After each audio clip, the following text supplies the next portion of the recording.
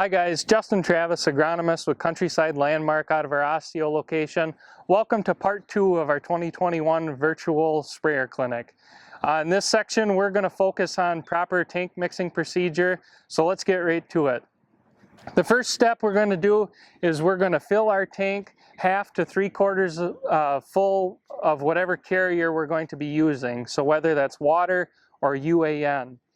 If our tank mix is requiring a water conditioning type of product such as Class-Act Flex or Class-Act Next Generation, we would add that product then as our next step. Once we've added our Class-Act products and let them disperse in our tank, we'll move on to our acronym that we're going to use for the rest of our tank mix. For this video, we're going to use the acronym DALES, so D-A-L-E-S, which stands for Dry, Agitate, Liquid, Emulsifiable Concentrate, and Surfactant. So the first one, dry. So these would be products such as Atrazine 90DF or Python WDG. A lot of times we'll add our dry products through the top of the tank, but some guys do prefer to do a pre-slurry with water and run through the induction system. That's fine, but if you do that, make sure you do a good job mixing that slurry so we don't get any kind of chunky residue that'll build up or hang up in our induction system. Once we have all our dries added, it's time to move on to A in our acronym, which stands for Agitate.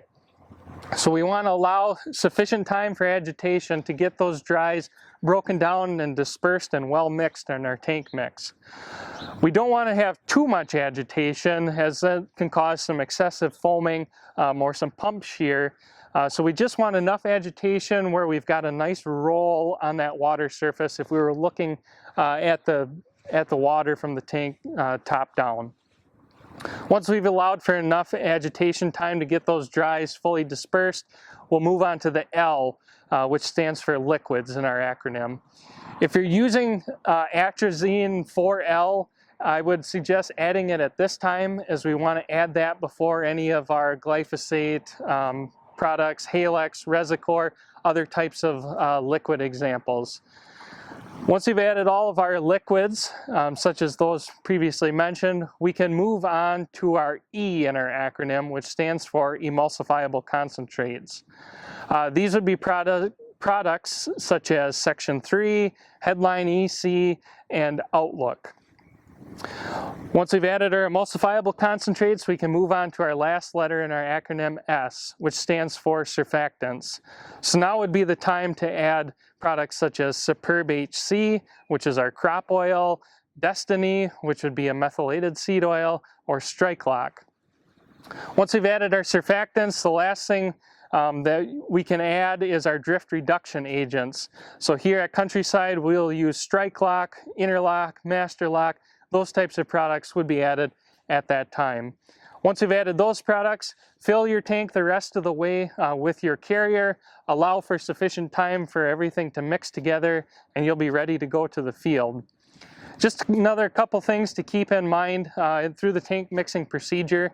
If you're using a Max-N micronutrient product, we want to add those before we add our glyphosate products when we're at the liquid stage of our mixing process, just to prevent any incompatibility issues within the tank. If you have problems with excessive foaming in your tank, check your agitation, make sure you're not trying to over agitate. That can be a problem, especially when using some of your EC emulsifiable concentrate type of herbicides. If you do have problem with the foaming, don't be afraid to use products such as Fast Break or Fulminator Dry to help knock that foam back.